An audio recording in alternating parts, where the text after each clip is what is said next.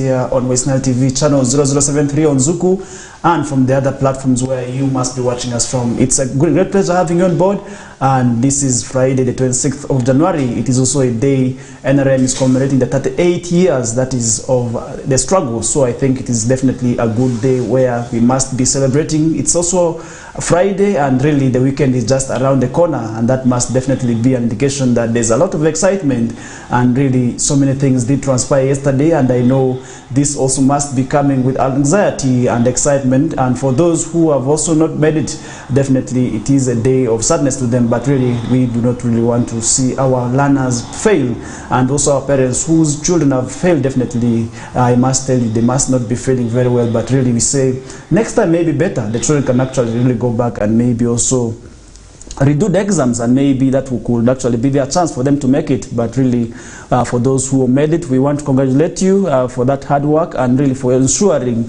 that you really performed the way you did. And today really we are going to be discussing so much about that is the primary living examination results that were released yesterday, and we want to have an understanding, as we all know that one of the poorest performing districts actually is one from West Nile, and this is Mariokolo. Really we shall be discussing lots more on what performance and what much strategies maybe we could use to see to it that districts of West Nile also compete at the national scene. And really we shall also be talking something small about the 38th NRM anniversary and other issues. But really without wasting any time, we are about that is 19 minutes after 7 a.m. and really I'm joined by that is Raymond Ombere.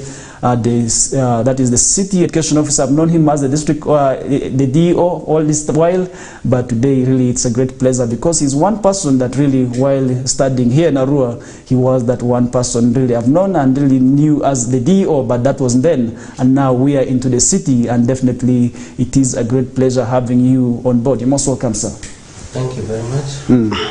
It's a great Good morning, viewers.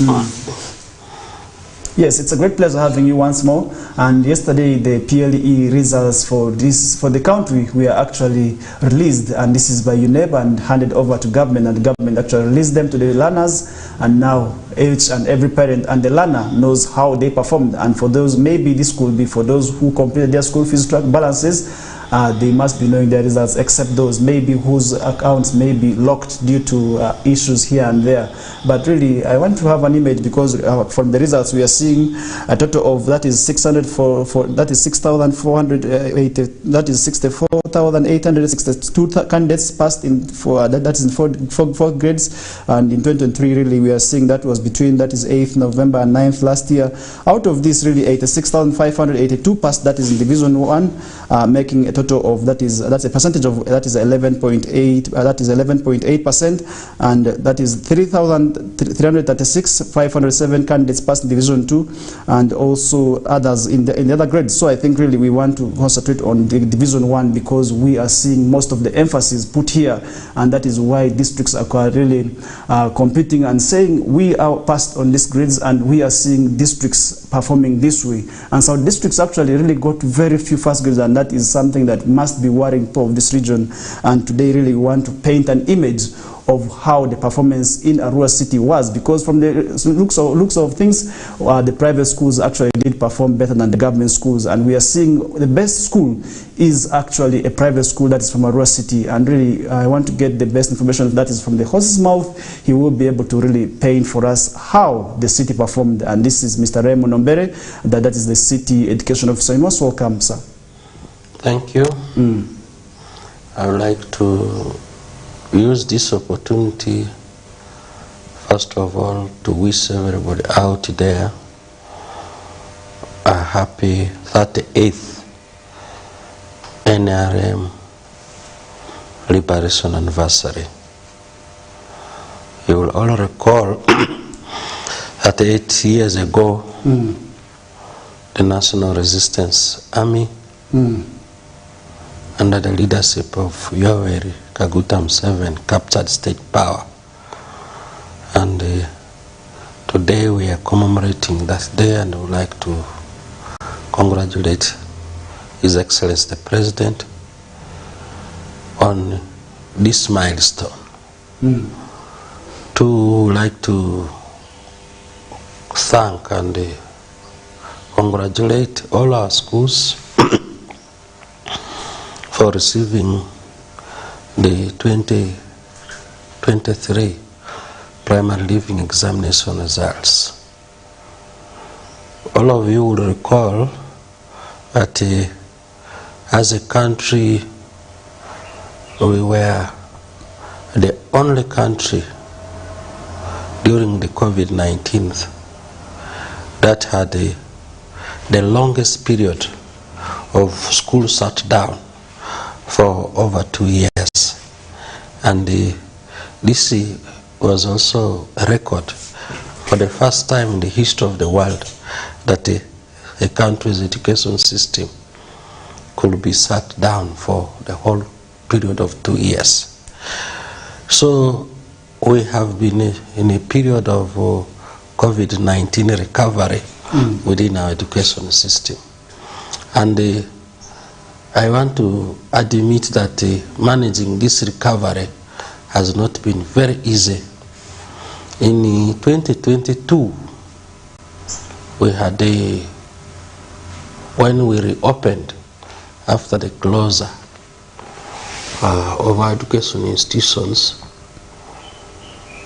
indeed, because of a lot of efforts which was put by various actors, when we registered learners for PLE and the results came, we saw very nice performance.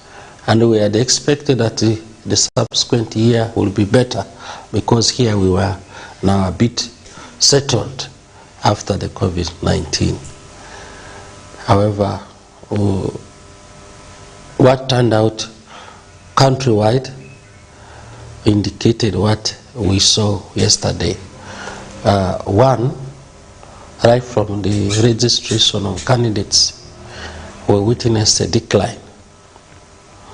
But two, yesterday, from the performance of learners, we have also witnessed a decline as a country and indeed as a rural city.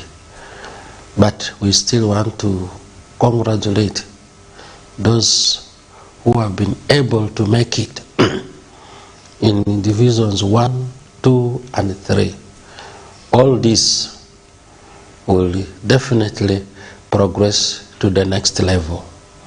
Even those who have got division 4, don't lose hope, because we have other alternative means of you furthering your education. And then even those who are not graded, there is still hope for you. We now have skills programs, both formal and non-formal, and you can enroll in those formal and non-formal skills programs that will help you to continue with your life after PLE.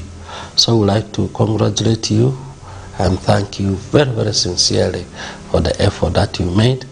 We would like to congratulate and thank the teachers for the efforts that have been made. Yeah, you have rightly observed that the results have declined. You know, making a result to where it is requires a lot of efforts.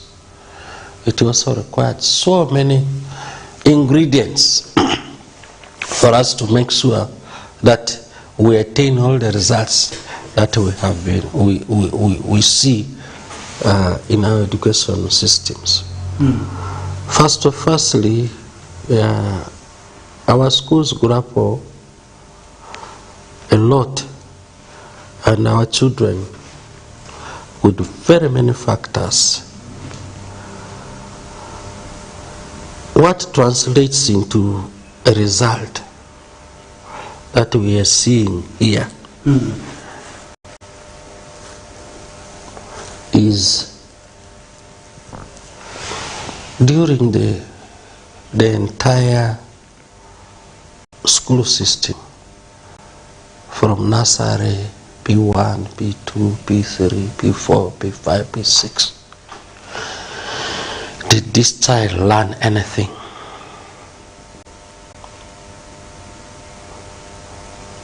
If the child learned something, then when you are assessing this child, the child is supposed to translate what was learned to give you the results. I have already told you because of the 2 years of the closure. Yes. I think if you have to look at the top 5 districts we are seeing here, Mbarara had a total of, that is 9,078 candidates registered, and out of this we are seeing 2,830 passing in Division 1. And if you are also to look at Kampala here, they had 31,000, that is 902 candidates registered, and out of this we are seeing 9,088, that is 9,089 passing, that is in Division 1.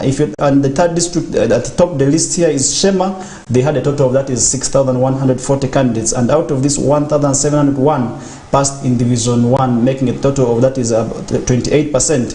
And if you now look at Kabarole, they had, that is 6,773 candidates, and out of this we had 1,850 candidates in Division 1. These are the top 5 districts. I want to have an understanding of where Arua City actually had in terms of, this is the ratings, maybe also in the terms of first grades that we did register as a city, maybe.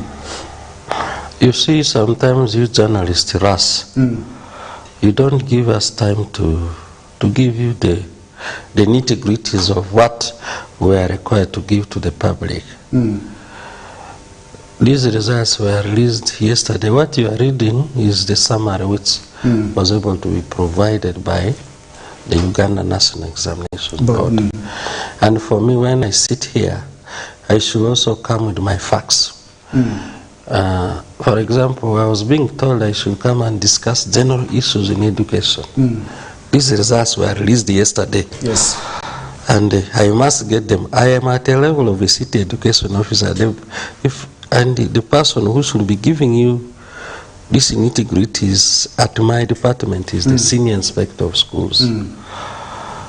But you see, now I don't know, I don't have the general picture yet, because when the results were being released yesterday, they only gave the country big picture. Are you getting it? Yes. So we are yet to get our pictures at Arua City this morning, but you have called me here at 7 o'clock, but we would like to see and you want me to talk about Arua City. No, don't push me at a corner where the facts that I give out to the people makes me look ugly. I don't like it. So don't hurry me. I'm trying to say these results the way they appear. There is general decline. And yes, this decline is at country level. At country level, and I am sure this decline is also at Arua City level. And I'm just giving you the synopsis that for the results to arrive where they are, as you see them, we go through a lot. And I was just giving you one thing. And you can see those districts which you have put there speak a lot about the way we as a people in the region here prioritize educational issues. Definitely. You see, talking of Mbarara, Kampala, talking of Sema, those Mbarara, Sema, those are districts in Ankole. And I have been on all these public media spaces telling our people that, you know, our friends down there, when they realized in 1962, it is not today, in 1962, they were very deliberate right from that time, that for them,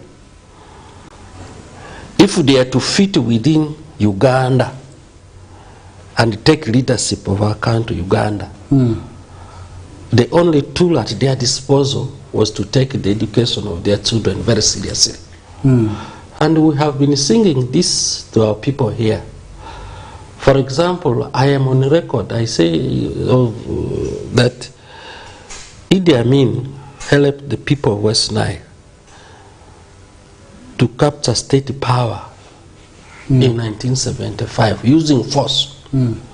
And we were there for 9 years. But I have always said we will not be at the top, capture state power again using force in this country. What is going to take us to enjoy the state benefits, to be at the limelight, right, like other tribes in this country, other regions in this country, will be the focus on education. But for us here in the region, we struggle with very many challenges. One of the biggest challenges is where people think, supporting a child to acquire education is what? Is a burden. You go to many schools, you see very little input from the parents, from other stakeholders. The teacher is left struggling alone. The children are left struggling.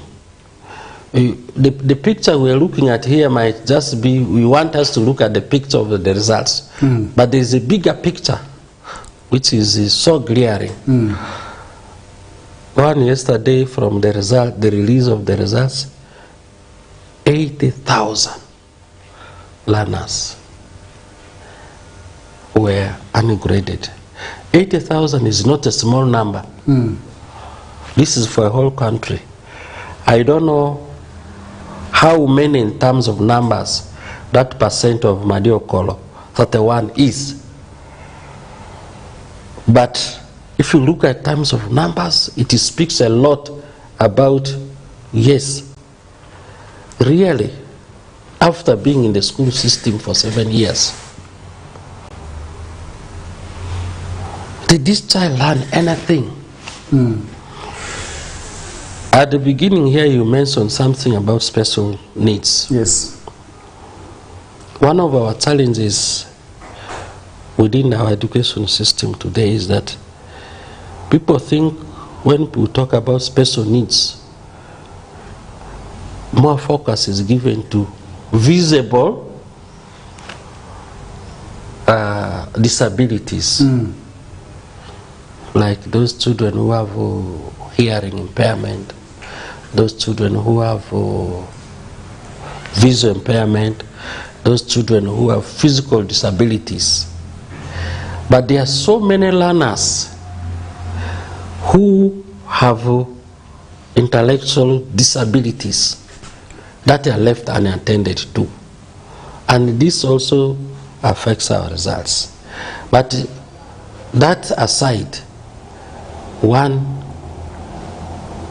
in our region here, do we see effective teaching and learning taking place? What are these things which are affecting effective teaching and learning for us to reach where the other people have reached? One, we are grappling with the higher pupil teacher resource. Whereas elsewhere, the communities have realized the importance of education, and they even support in reducing the pupil to teacher ratio by employing additional teachers to support those who are being paid by government. In our region here, in a number of schools, that is unheard of. Although the universal primary education is a partnership between government and the parents, in our region here, the burden has been left to government alone. So a lot of the things in the school is done using the little money which schools receive as a capitation grant. Okay. Sorry to interrupt you a bit. Yes. Talking about the effective learning, is there maybe any approach that we could use as maybe stakeholders so that we could cope with the rest of the regions? For instance, Western Uganda, that is really performing very well. Is there any way that maybe we could use to actually see to it that the region, this is now on West Nile at large, because the performance affects us all as a region. How could we really ensure that we compete at the national scene with the rest of the regions? That's what I was telling you. They supplement what government does by recruiting additional teachers who are paid by the parents.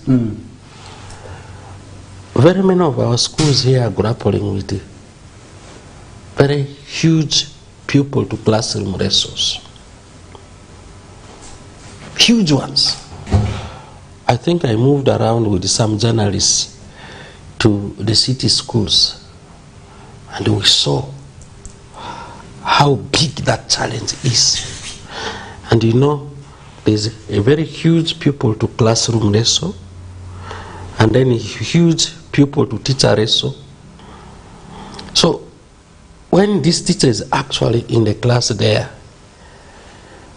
instead of helping children to learn, this teacher is more of now what? Occupying the learners.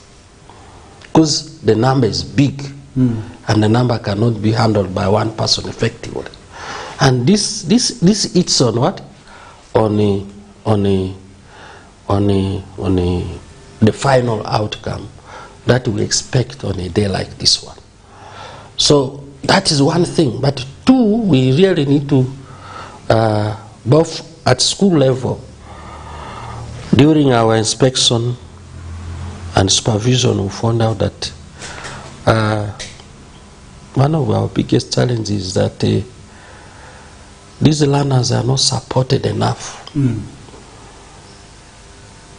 by the head teacher, by the teachers, and by the community.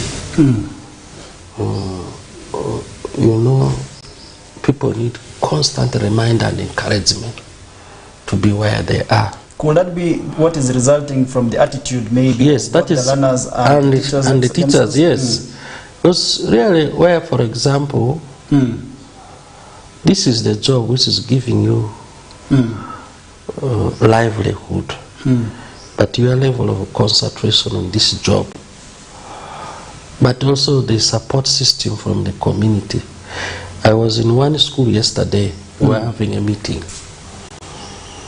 and the community in that meeting, the community was thinking that providing teachers with break tea was misusing funds. Teaching is a very challenging job. If you have been teaching from morning up to break time, you need some refreshment, energy to continue with the next one. But the community here was saying, why are you using our money to buy for teachers sugar to prepare for them tea at break time? You are misusing our money. And this cuts across West Nile. In many of our West Nile schools here, when you talk about supporting teachers, supporting learners while at school, with even 1,000 shillings, it will hit a big dead end. That head teacher will be a problem. Down there, where you have seen those good results, every school has a small farm where there are banana plantations. From this banana plantation, the banana is provided as a meal for the learners, and also the banana is provided as a meal for the teachers. They have now gone to, I went to some schools in Busenyi. Schools have now gone to dairy cattle farming, and the milk which they get from the dairy cattle is used to provide teachers and the learners with the milk at the break time. There are so many things that supports the learner at the school, the teacher and the learner at the school. which makes somebody to enjoy his work and the learner to enjoy what? Learning.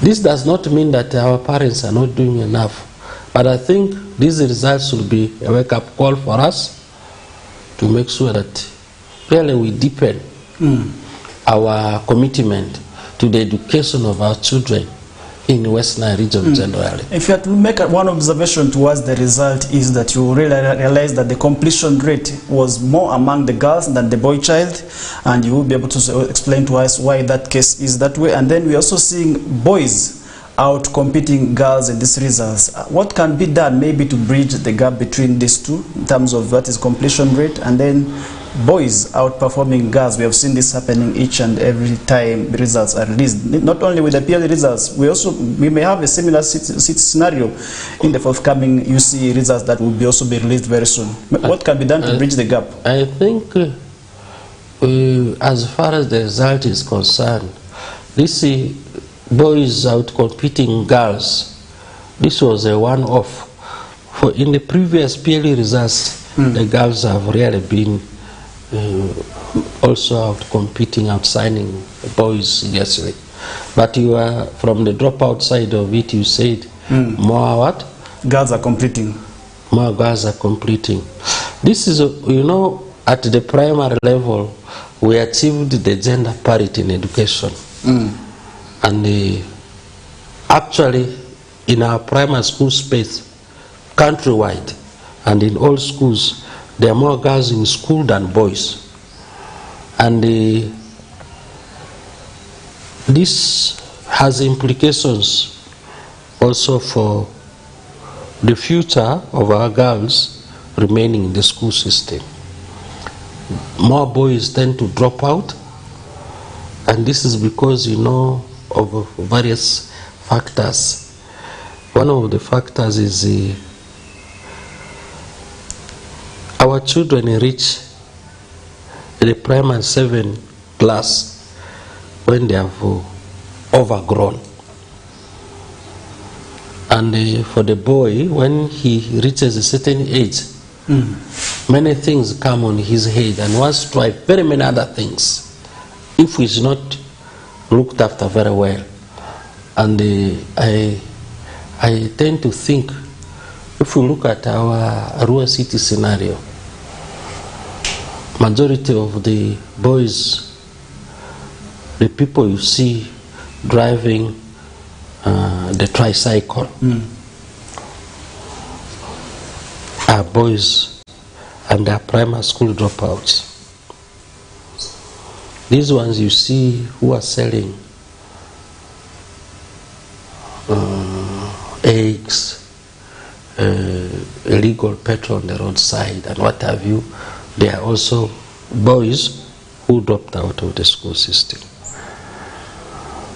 It seems the school system, these activities I've mentioned, seems to give more satisfaction to the boy child than remaining in the school system.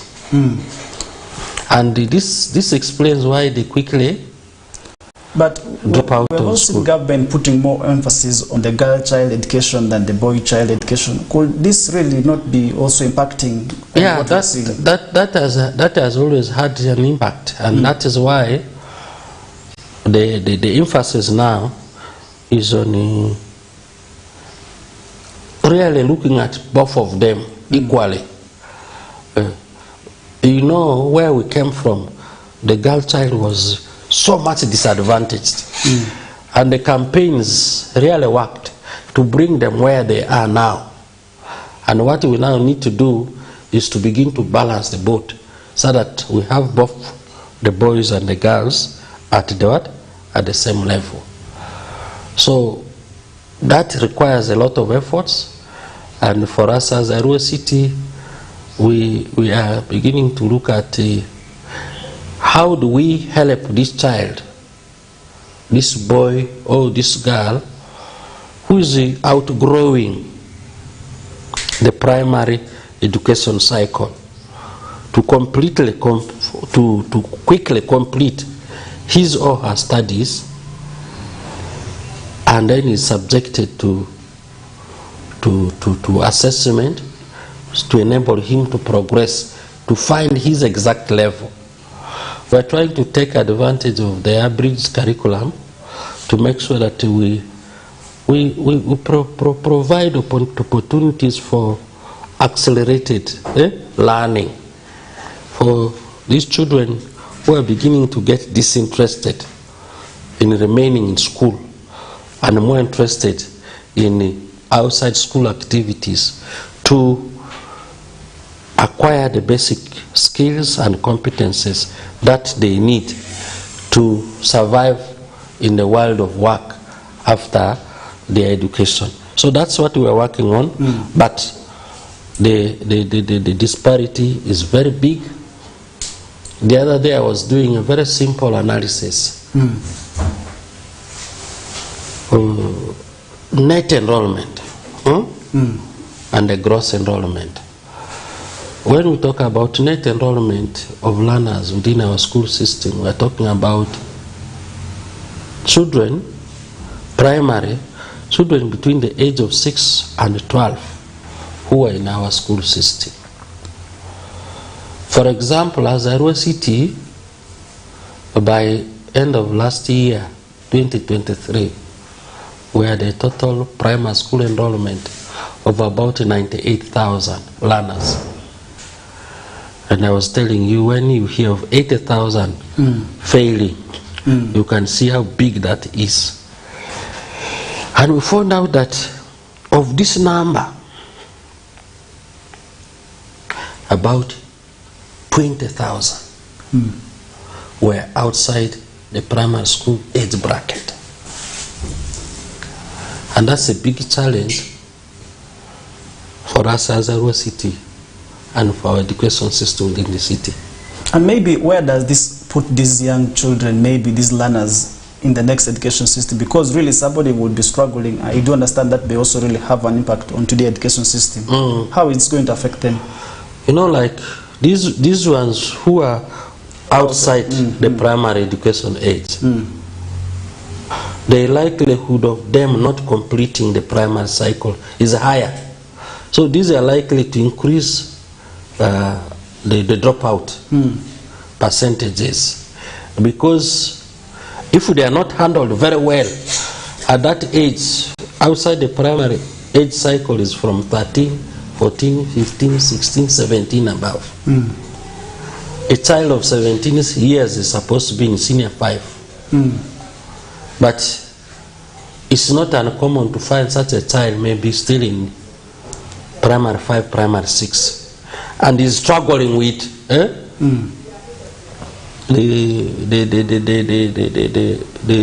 studies in the classroom. This will cause disinterest, and that disinterest will make this child to what? To drop out of the school. So when we have more dropouts, we are increasing so many burdens.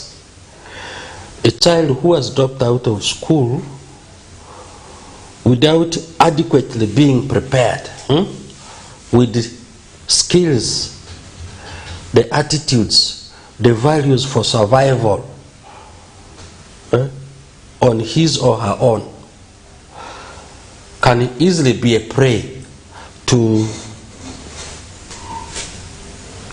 a wrong social group. Such end up joining gangs, and they become a burden to society. Yes. One observation really we have made in this region is that we have so many distractions to our education system. One of which is the aspect of the local derbies, the local discourse that we do have in our vicinities. And most of the areas where you're actually seeing this poor performance is where such incidences really continue. And this have a negative impact really on our education system and at our performance, that is at the national level also. Maybe how can we really ensure that we bridge this gap and maybe avoid this, so that we could see our learners also performing and competing maybe with other regions, as I did say earlier on, and to see to that our learners also perform, because really we are a region that is so much disadvantaged. We have so many distractions to our education system.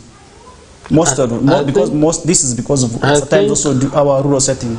I think what makes people to get it, our learners to get distracted, in my view, to those negative first tendencies, to me, in my view, is because they are not occupied. They are free. Elsewhere, people occupy their children with the household activities. I don't know whether you have gone to those parts. I drove through Mbarara, Busenyi, those towns up to Kabaraule, Hoima recently. You will not get the ropes that we have by our roadside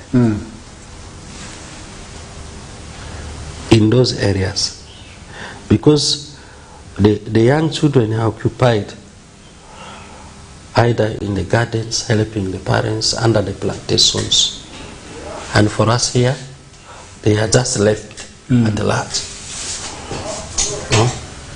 And therefore, because they are not well occupied, they easily get distracted to those negative distractions. Even within our school system, as I told you earlier, our challenge could be really, are they learning? Because they are not well occupied. And we really need to focus on making sure that we give more work. The schools are starting. When our children went home, I don't know from our region here how many schools send children home with some packages to keep them busy. Even at the school, at home there, as parents, we are expected to also occupy children. But we tend to give up easily as people of West Nile. And that affects us in many ways. We are not very resilient. So to me, yes, this is negative distraction you are talking about. They are not new. When I went to school in 80s, there were these distractions. We used to go for those Adungu dances. We used to go for those dances by a record player. Then after that, radio cassette came and what have you. But you see, because at home, there was a lot of control. You will sneak. But when you sneak, you are mindful that if I don't reach home early, there's going to be a problem. So we need to do something about our settings at home and the value system at home. Does this mean that the control that is by parents to our learners has drastically reduced? Yes. And then maybe if we are to also look at the results, say 88,000 learners are not eligible, that is to join, eligible to join S1, and this number, if you this is at the national scene, really 88,000 is too huge. It's huge. And really, maybe how can we engage these 88,000 learners and maybe reduce on the numbers so that they can still remain within the education system and continue with the education system? Yeah, that's why at the beginning I was saying we have a number of avenues. We have both formal and non-formal skills programs. Now there's no vocational school that picks, that does not pick anybody to acquire a vocational skill. Mbara here has been announcing Ragemu occasionally also gets for non-formal, and all over when you hear there are so many skills development programs. A child may not be very good in classwork, but using the hand, the child can be superb. And I would like to really use this opportunity to appeal to our parents that yes, your child may not have got the grade, but that does not mean the end of the child. Let us look for alternatives like vocational training, which can provide this child with skills which will help him or her to survive on his own. Okay, these skills are so abundant. Yeah.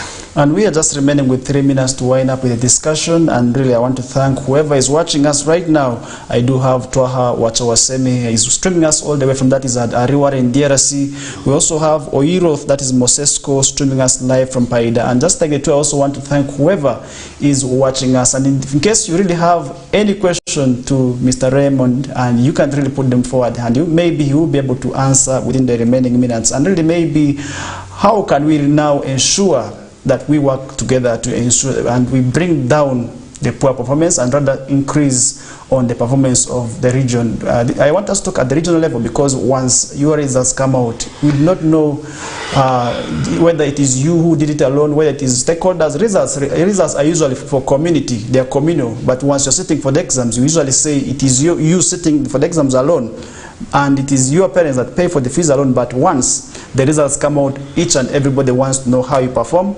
And this does not only limit it to individual level, we also want to see districts, how they are performed. And really, districts that perform very well, we are proud of them. But for those, really, in most cases that do not perform very well, people tend to condemn them. And just like Mr. Raymond raising so many challenges, at times we do not know really what some of the challenges maybe these districts could be going through. And now, in his own opinion, really, I want to see how best now can we ensure that we work together come next year to see to it that the performances First of all, are improved. we need to own up the education of our children as a region.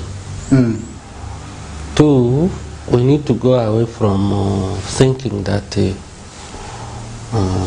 education is all about getting grade 1. Grade 2 is a pass, grade 3 is a pass. All our learners who have got between aggregate 4 to aggregate 28 are eligible for admission to universal secondary education schools, and those that get grade 4 are eligible for admission to technical schools. But we need to own up what is taking place in our region. We need to recommit ourselves as stakeholders everywhere. We need to support the child, we need to support the school, we need to support the teacher. We need to be the responsible parents. We know West Nile of those days where really the community spirit was so high. Today we have become so individualistic, and that is what is taking. That's why we are seeing our results the way they are. Yes, and maybe talking about the individuality aspect of it, recently we did see that is the Prime Minister for Primary Education, Joyce Morikubo Kaduchu, calling upon the people of West Nile actually to now start embracing their own schools. We have seen some of our good teachers moving away from the region and moving to other places, and could this really be impacting on our results also as well? They do. You see, these things are impacting on our results in many aspects. When you look at there is a lot of negative publicity, negative forces, as you called it, going on. Of course, nobody wishes. All of us want good things for our children, and because we are human beings and we would like to have good things for our children, we want to take them to the best place. But for me, regardless of where you take your child, but where they are here, if we provided support, we will really greatly contribute to improving the results. Okay. You know, for example, many of these results that you are seeing in the country, the other time I went to a school called Boranyangi.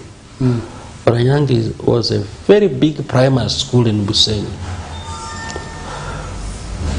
It had reduced, it is a public UP school, it only had enrollment of 300. In those districts where you have so many children passing Division 1, the communities have gone to embrace more private education. Okay. And in that private education, you find one teacher could be teaching as many as 10 children. And for us here, I always tell people, for us people of West Nile, we don't have enough schools for our children.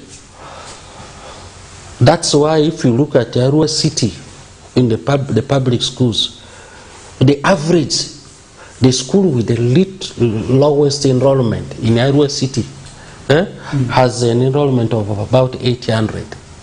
If in that school there are only 70 classrooms, that means even the average pupil to classroom ratio is more than 100. Okay. So these are really big challenges. I had said if we were to revamp the education in West Nile, we need the Salongo spirit. The Salongo spirit to ensure that every child who is of school going age goes to school. The Salongo spirit to ensure that we provide the necessary infrastructure for our children to be in school. Desks, classrooms, toilets, teachers' houses, teachers. We support our learners with feeding, we support our children, our teachers with feeding while at work. We help them feel that yes, I am working and I feel valued. In the olden days, at the lunchtime, children will be singing, Saze Tavo, Mbaba Dede Nyanyazasi. This was not just a song. Members of the community were very appreciative. They will take the dry meat to teachers, they will take the eggs to teachers, because they appreciated the work that the teacher was doing to make sure that their children acquire the basic knowledge, skills, attitude, and values. And if we went back there and really begin to make teachers feel that yes, the community where I am working appreciate my work, and they are very supportive, they are encouraging. But in our schools you go today, you find instead of supporting, they are stealing teachers' property. Which is quite unfortunate. That is the teacher empowerment we are talking about. Then definitely as communities, we really have a lot more to continue to support the teachers, and really we cannot continue with the discussions from here as we are already 5 minutes, that is after 8 a.m. But in a special way, I want to thank Mr. Raymond Ombere for coming to talk to the viewers and really give an insight about the performance of this region and how best we can really actually improve on the learners' performance. And really with that, we are stopping for the discussions here. But maybe if I can be able to give him 30 seconds maybe to summarize and say a final word as we stop with the discussions. What I can say is that the PLU result of last year has come. That is now history. Schools are beginning on 5th of February. Let us send all our children back to school early enough, and let us avoid wasting time by delaying them at home. And these small time wastages add up in getting the poor results that we are seeing today. We should really this year minimize on time wastage and try to utilize all the time available within our means to make sure that our children get what they are required to get within our school system. All right, thank you so much. I want to wish you a very happy and fruitful celebration of NRM Day. All right, thank you so much, Mr. Raymond Ombere, for coming through. And dear viewer, I also want to thank you so much for being part of the show. And this is still the Kokoliriko live show, and we are continuing up the hour of 8, but we want to come for a short commercial break. And when we return back, we still have lots more to be talking about here and there. Remember, the NRM Liberation Day is today, and so many people are already organizing and preparing for this day. And we are going to also be giving you something small about that. But for now, it's a short commercial break. Thank you.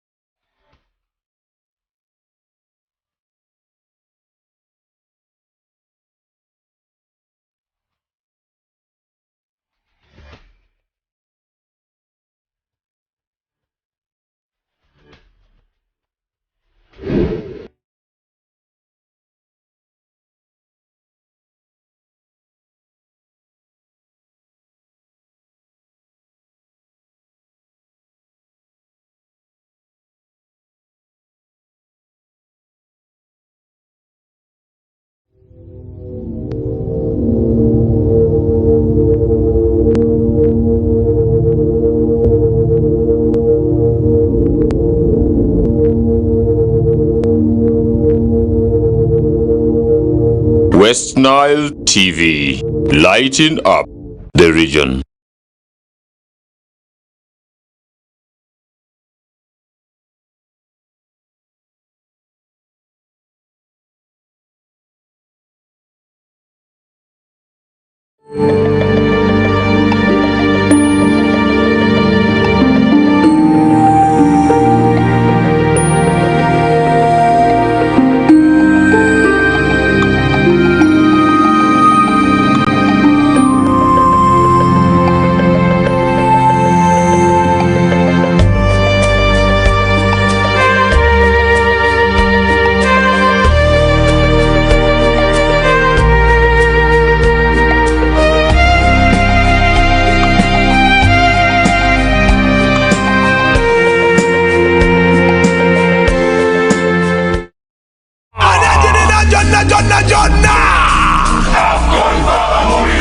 AFCON, all 52 games live only on StarTimes.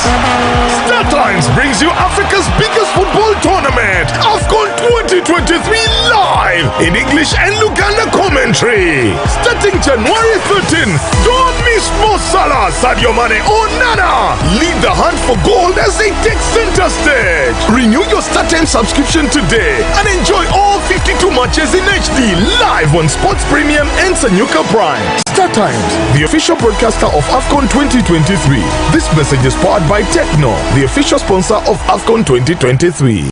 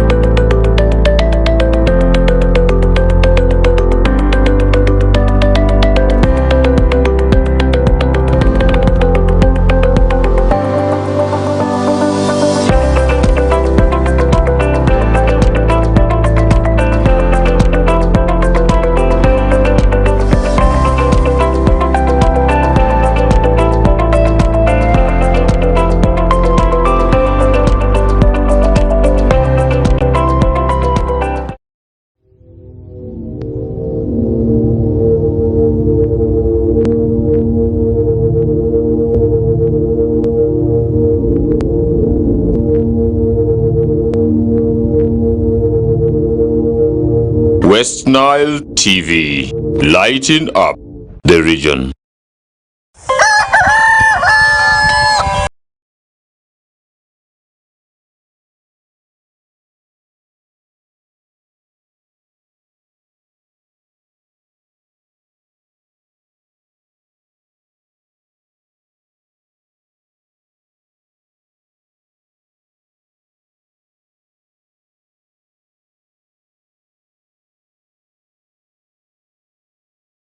Welcome back from that short commercial break. This is still the Kokoliriko live show on West Nile TV. In case you're just joining us right now, you are most welcome aboard, and it's a great pleasure having you on board as well. And really, for those who kept it right from the time we began, we very, very much appreciate your time, and also want to tell you that we are proud of you, and we are here to also give you insights onto some of the issues that may be happening at the national scene. And remember, we started the discussions, that is Mr. Raymond Ombere, the city education officer, and where we did discuss a lot of issues issues ranging on the poor performances in the region and the country at large, and maybe what strategies that maybe we could lay to see to that there is an improvement in terms of the results. And really we did discuss a lot of issues here, and there may be some of the factors also contributing to that is the poor performances that we are seeing. So I think really that is where we did discuss a lot. And really this comes at a time where the PLE results were released yesterday. I must tell you, it is where we are seeing mixed reactions.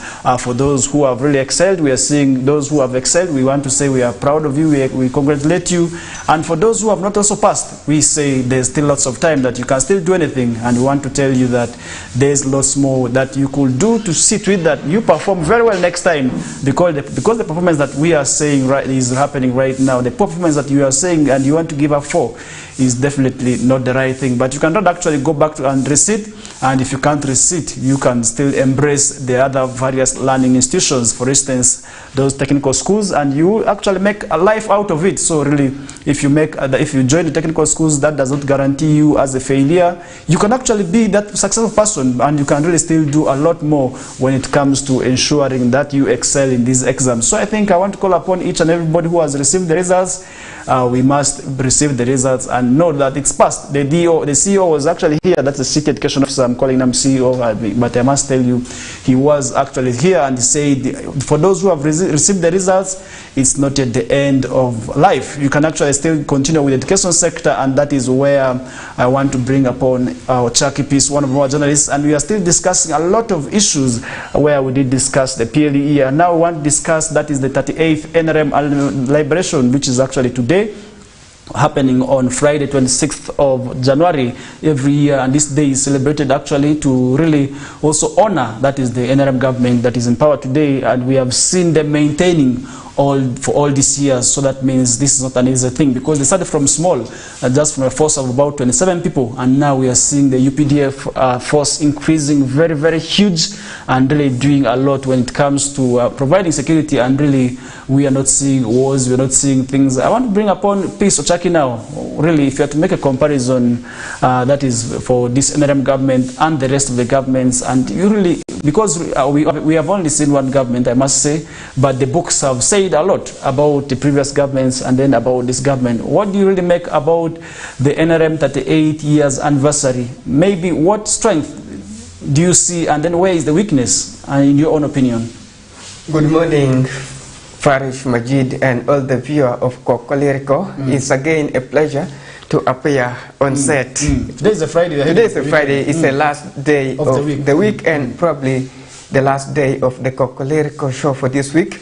And getting back to the point, we all know when we're talking about that is the 26th of January. Every year, all eyes are set. It's in the calendar, and it's a public holiday. So when talking about that, it's not an ordinary day. It is a big day for the country Uganda, because the ruling government, call it the NRM, they're celebrating their Liberation Day, which is to celebrate the success and the achievements they have been going through. We are celebrating the 38 years. As I've said, most of the children, most of the Ugandans these days, they are not even aware of this day, because they may be aware, but they don't know how it started. 38 years, where we have seen most of the population there of young generation, but still we have to remind them it is a day whereby the NRM, they transformed. You know, as first they were called NRA. So the army was NRA, and they had to go step by step up to now when they are called UPDF. It means they have achieved a lot. That is one thing we can't forget about, that is peace and stability in the country called Uganda. We used to read in the history book how life used to be in the country Uganda, and that's one thing they always boast about, meaning it is the main point of security, bringing peace and stability. And if you try to go through, that is, most of the African countries, you can never put Uganda out of the countries which are peaceful. It is one country which is full of armies, and probably that reflects back to how life has been before. You know, the more you have security personnel, meaning also the country hasn't been all that fine. But right now, we are seeing stability and people are living in harmony. And if I can take back, some of us used to stay with elders. They will say, you people of these days, we're just and joking. That is where the strength of elders are still lies up to date. They will ask you, have you ever experienced something called war. They will crack a joke that, have you ever heard of gun blades? If you say yes, they say, maybe you go and just get them from functions. But one thing, the achievement they've gone through trying to stabilize the country in Uganda and marking 38 years of achievements, as I've said, not necessarily that every achievement is always with positive sides. They also have their own negative sides, whereby they have failed to do maybe some things which are expected. But right now, if I may tell you, Faris, what are some of those things that we know? We'll come to that one. But we are yet, that is, citing on the positive achievements I've made through. Now, if you look at some of the projects right now, the governments probably have shifted most of the projects to armies because they have seen that is the potentials in those people. And most of the projects right now, they are doing good. Because we have seen the Emyoga almost was about to be channeled to the armies. We have seen other construction projects. All these things are being given to the army, meaning they are becoming multitask. Most of us, when you ask someone, what is the role of army? They'll tell you to go for war, to keep peace and this and that. But right now, they're not in that part only. They're trying to bring other developmental issues within the country. We have seen even in education. Right now, most of the schools whereby it is military based, they're not like those days whereby they used to beat people. When they talk about that is a military school, a school which is in the barracks, people will just know that is full of flogging and maybe beatings, but that's not the case right now. Meaning they have also helped us as far as education is concerned. But getting back to the 38th anniversary, it is a good one, and it shows the level of organization some people are having, or the party is having, specifically talking about. So what is that remarkable achievement for the celebrations of the 38th NRM anniversary? What is that biggest achievement, apart from maybe wars not being there? Because if you talk about insecurity, we are still seeing so many threats maybe happening here and there. What, in your own opinion, is that remarkable achievement maybe for the government to celebrate 38 years? Yes. The fact is, when you talk about Uganda, when you talk about NRM, when you're talking about the government right now, they will take you back to how they began. They will take you through the process they went through. By that time, it was full of trials, and trying to stabilize a country, Farish, is not something of a joke. It is not a play. And majorly, the biggest achievements they always boast about is trying to stabilize the country, because when the country is stable, all other things can work out well. Yet, if we're talking about the economy, also, they have tried to work on the other side of economy, but the major focus is about, that is, the stability, bringing peace to the country, Uganda. That is the main thing. And if you go and attend various, that is, functions happening today, you see the most focusing point will be about security, nothing else. And that's the biggest achievement, because here we are talking about armies, but we are not talking about something else. We are talking about people who are in uniform, and their primary role is to stabilize a country, of which they have achieved it over the years. So it is a plus to them. The main celebrations will be in Jinja, and so many districts will actually be celebrating this day come today. And maybe I do not know what you look forward for the government to address in this 38th NRM anniversary, because we still have challenges. We're talking about infrastructure, we're talking about so many security issues, because yesterday we did have, that is the State of National Address, we did have a national address that is by the President of Uganda, His Excellency Yoweri Kaguta Museveni, where he did talk about so many things ranging from the security. He did talk about socio-economic transformation, where he called upon actually people of Uganda to actually get engaged in so many activities that would actually generate them. And he advised actually for the farmers to be part of that is value addition, actually, where they could transform their raw materials into other projects that would actually really earn them a lot of monies. And maybe I do not know, in your own opinion, what some of those weaknesses that you feel if this government is to address within this 38 years, and that will be a plus to them. I don't know what are some of those areas you are looking up to. I like the point you have brought. The government is trying to bring economic transformations, and we have seen a lot of projects coming here and there. We have the Etandikwa. I don't know how it started and where it has ended. We have the Emyoga, which is currently also doing to its level. We have the PDM. The government has come up with a lot of projects or poverty eradication programs, but are they achieving the targets? Automatically, I will tell you no. Why? Because at times they may come up with some of these programs. You are trying to elevate poverty, but how are you doing the follow-ups as the pioneer of the programs? They will come up with the good ideas, they will implement it, because implementing something is a different story when you're talking about also doing the follow-up. Those are two different things. Now, you are doing good in bringing all these programs or projects. How are you doing the follow-ups? How are you sensitizing people about some of these programs? These are some of the few, challenges the government have failed to achieve. I'll say the programs which was brought on board, they have failed to hit the target. And that's one of the weaknesses of which they have to work upon if we are to achieve the economic transformations he talked about. And also we have seen, going to the side of agriculture, the government is trying also to come up with new ideas, but how are people trying to cope up with the new ideas they're bringing about? How are you going to balance, the regions? We keep saying it, not all the regions are the same. The regions which are hilly, the regions which are flat, how are you going to do some of these things? You have seen the government coming through, with the initiatives of commercializing agriculture, trying to shift people from subsistence farming to commercial farming. Are they working? I will tell you, we have failed to achieve some of these things.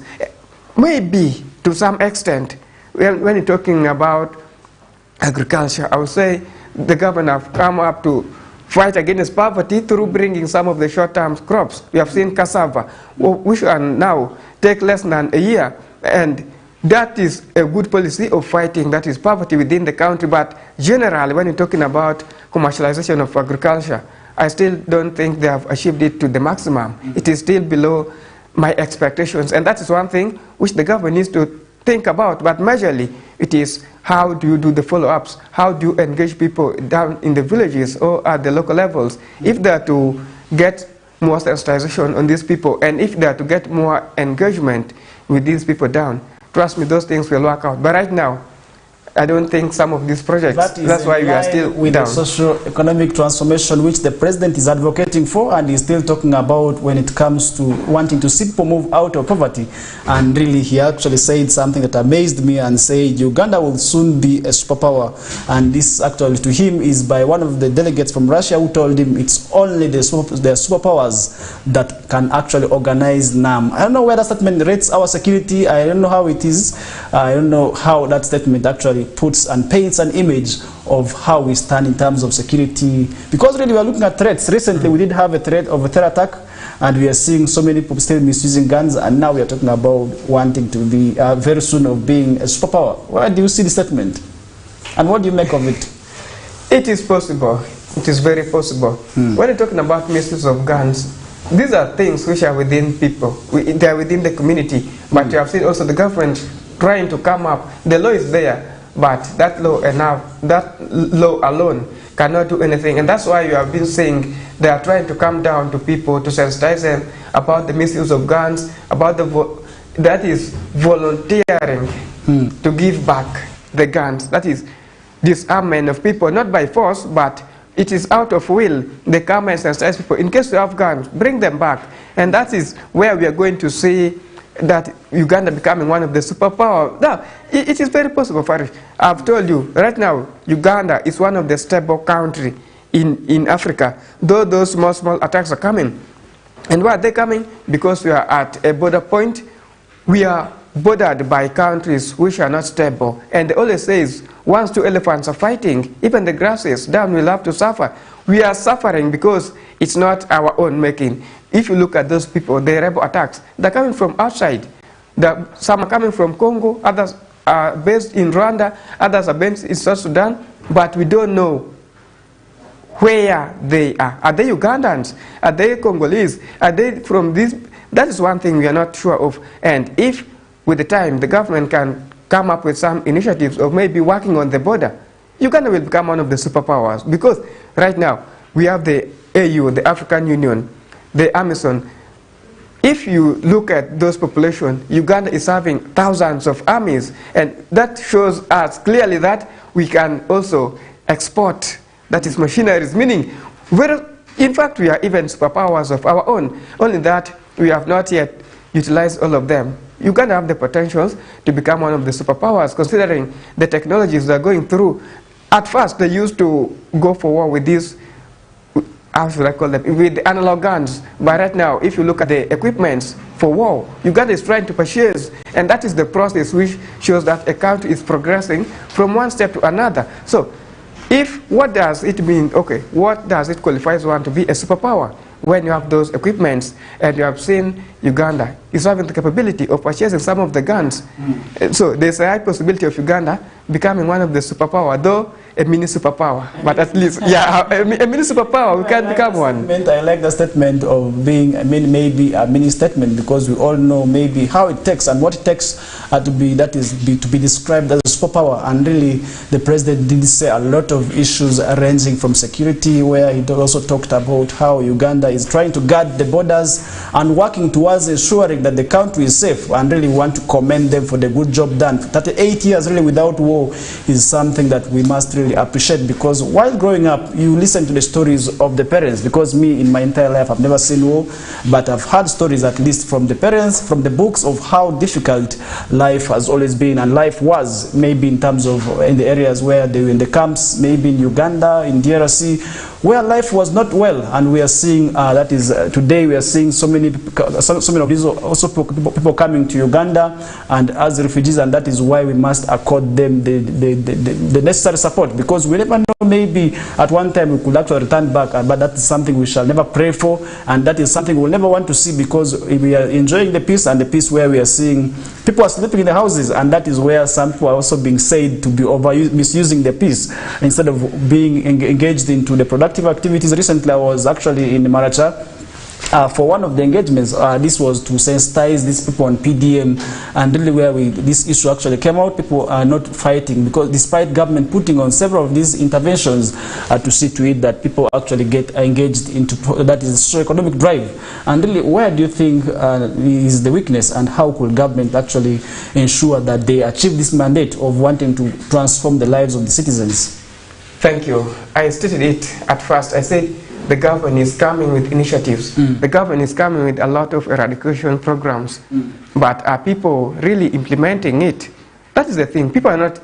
Some people are really not implementing what the government has given them. And one thing, still the illiteracy level is down. It is still high when you look at people trying to use some of these things. One of it is the financial literacy.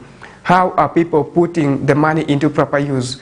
You are bringing maybe 1 million for someone to use it. Is the person using it in a right project? And after, even if it is a right project, is the person really trying to reserve the money given to them? You go to villages, most of the people right now, they have not received a cash of 1 million ever since they were born. And the moment someone receives such kind of money, the person will get lost. The person will misuse the money, of which that is one thing which will fail the projects. And how do you guide someone? You were in Marasha, right? What was the people explaining? Some of them will tell you, we used to get the money, but we didn't even know where to place the money. And maybe after getting the profits, you are telling me maybe to start a poultry farm. After starting the poultry farm, what are the necessary things which are needed for me to sustain the farms? We have seen also the government bring up these cattle, that is dairy cattle. They are there in the villages. Have you ever tested any milk from those cattle given? My answer I'll give you is a no. Now, these are some of the things. If the government is to achieve the economic transformations, don't just dispose things anyhow, because people will take advantage of these things, and you will continue giving more and more and more and more and more projects without getting the right feedback. It is like more of dumping. I said we have a lot of projects, a lot of programs which are there, which have died, and we have heard of them, but they're not working well. It is because the follow-up is not all that good. And maybe getting back to security, there's one thing, abduction of people and disappearing of people. That is still a big challenge that is affecting the country, Uganda. And right now, I may say there are people who are doing the abductions, they are not known. Are they known? They are not known. And most of them are targeting prominent people. What about those who shoot? That is the thing. So, do we know who are those people?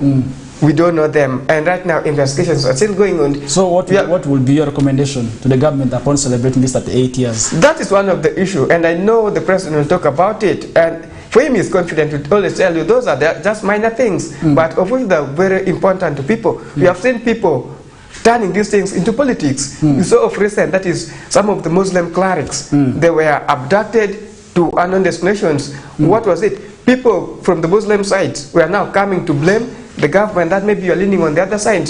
Why is only these Muslim clerics being maybe abducted? So if the government is to continue with the peace and stability, one thing they have to work upon is the abduction of people. And even the oppositions are being abducted. And one day people were saying it is the NRM government, but we also got surprised one day. The same people from that side, they were abducted. So at times it becomes very hard if the country, if they're to continue maybe with the celebrations and that is jubilating about this, let them also work on the abduction of people. Okay, putting the discussions that is concerning the 38th NRM Liberation Day aside, and we still have lots more. Now we're talking about socio-economic transformation. Really, one thing I must tell you is that the South Sudanese fish dealers, remember these people's conflicts, I must tell you, is not yet done.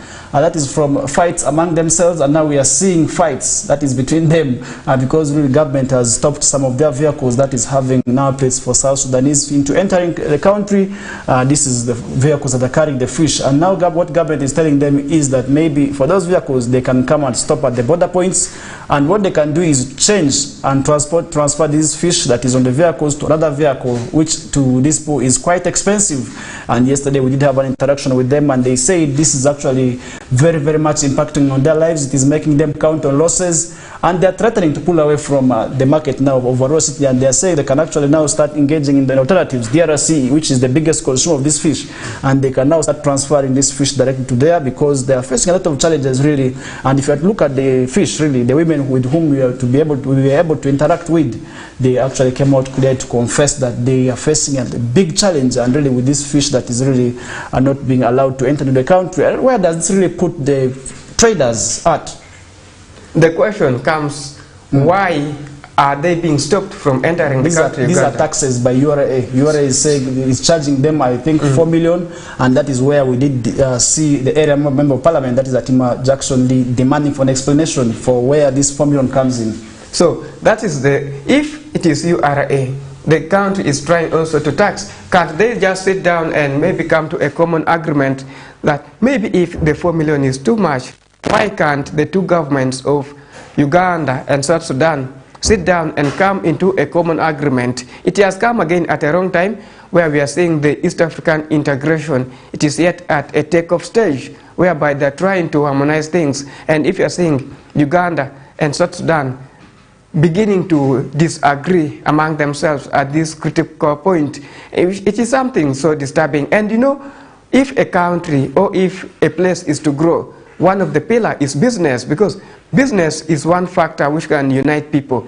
The fish is coming from South Sudan, they are bringing it to the country Uganda. At the end for them, they're going back with the money, and others are investing it into the country of Uganda. Now, if you are again you are interfering with the business, which is the major point of economic transformation. We have seen people saying, without business, you cannot survive. And that is one thing which is so bad.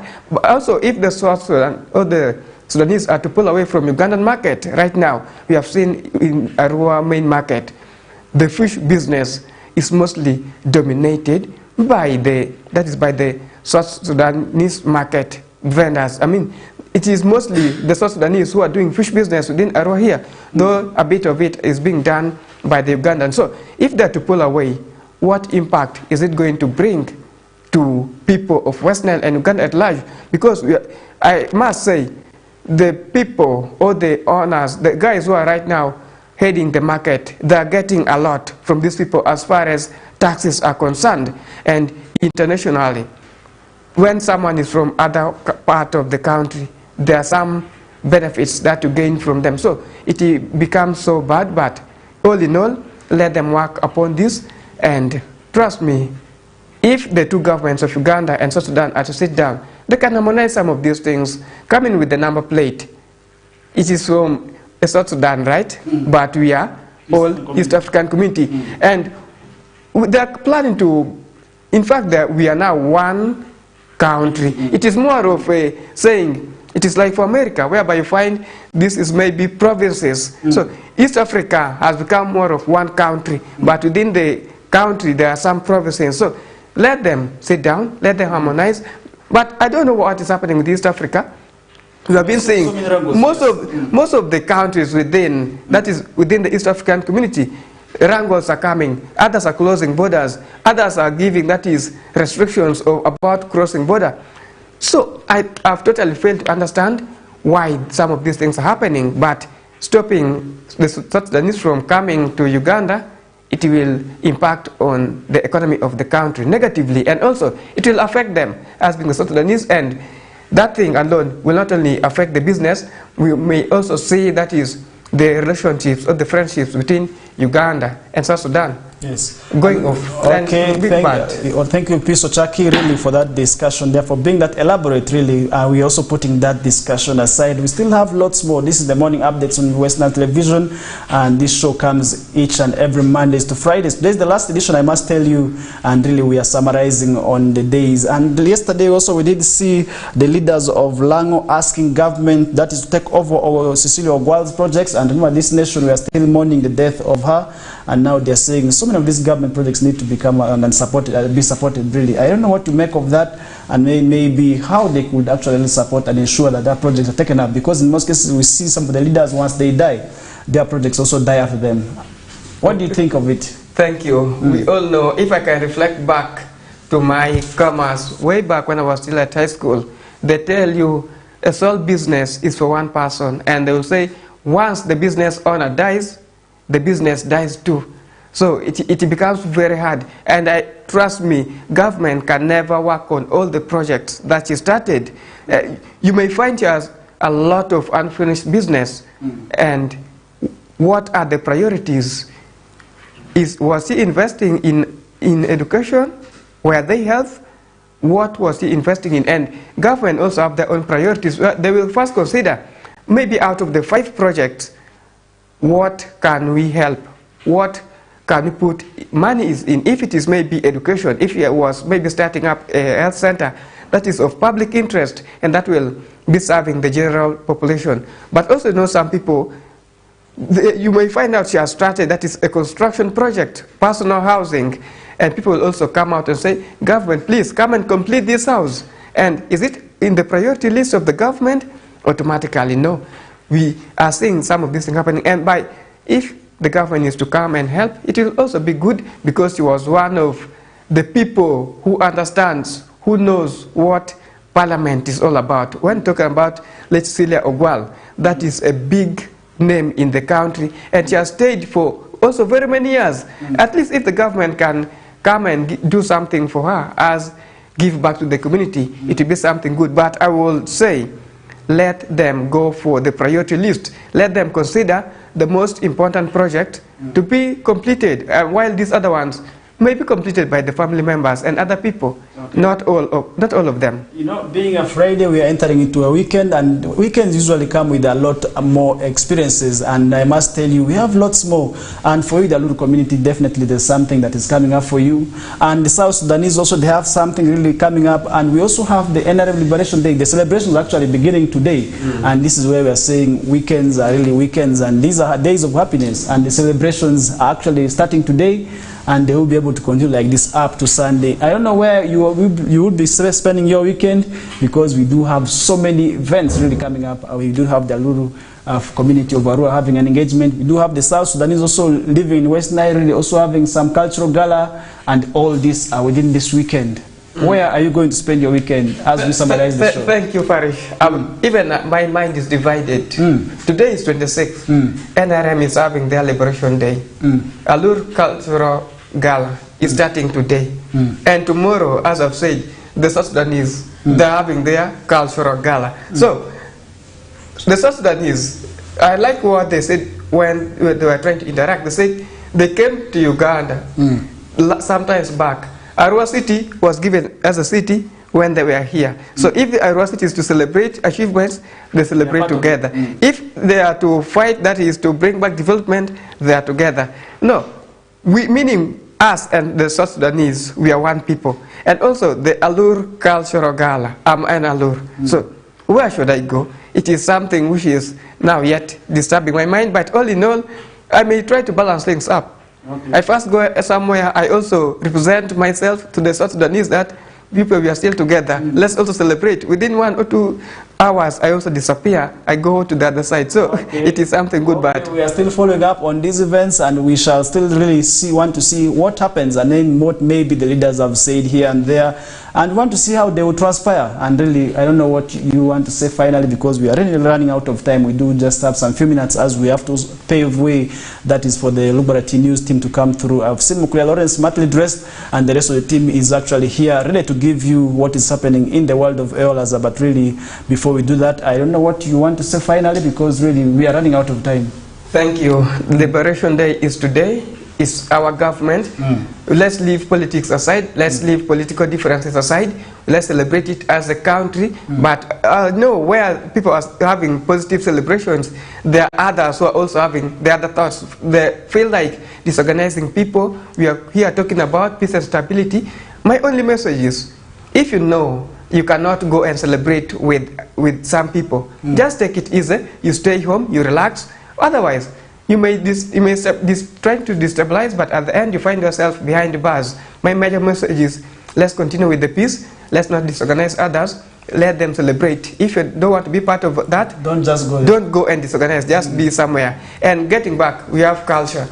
Culture are always something which are very important. Let's go and also support them. Let's attend. If you feel like you want to be part of it, you just go and we dance together. So that's how we promote ourselves.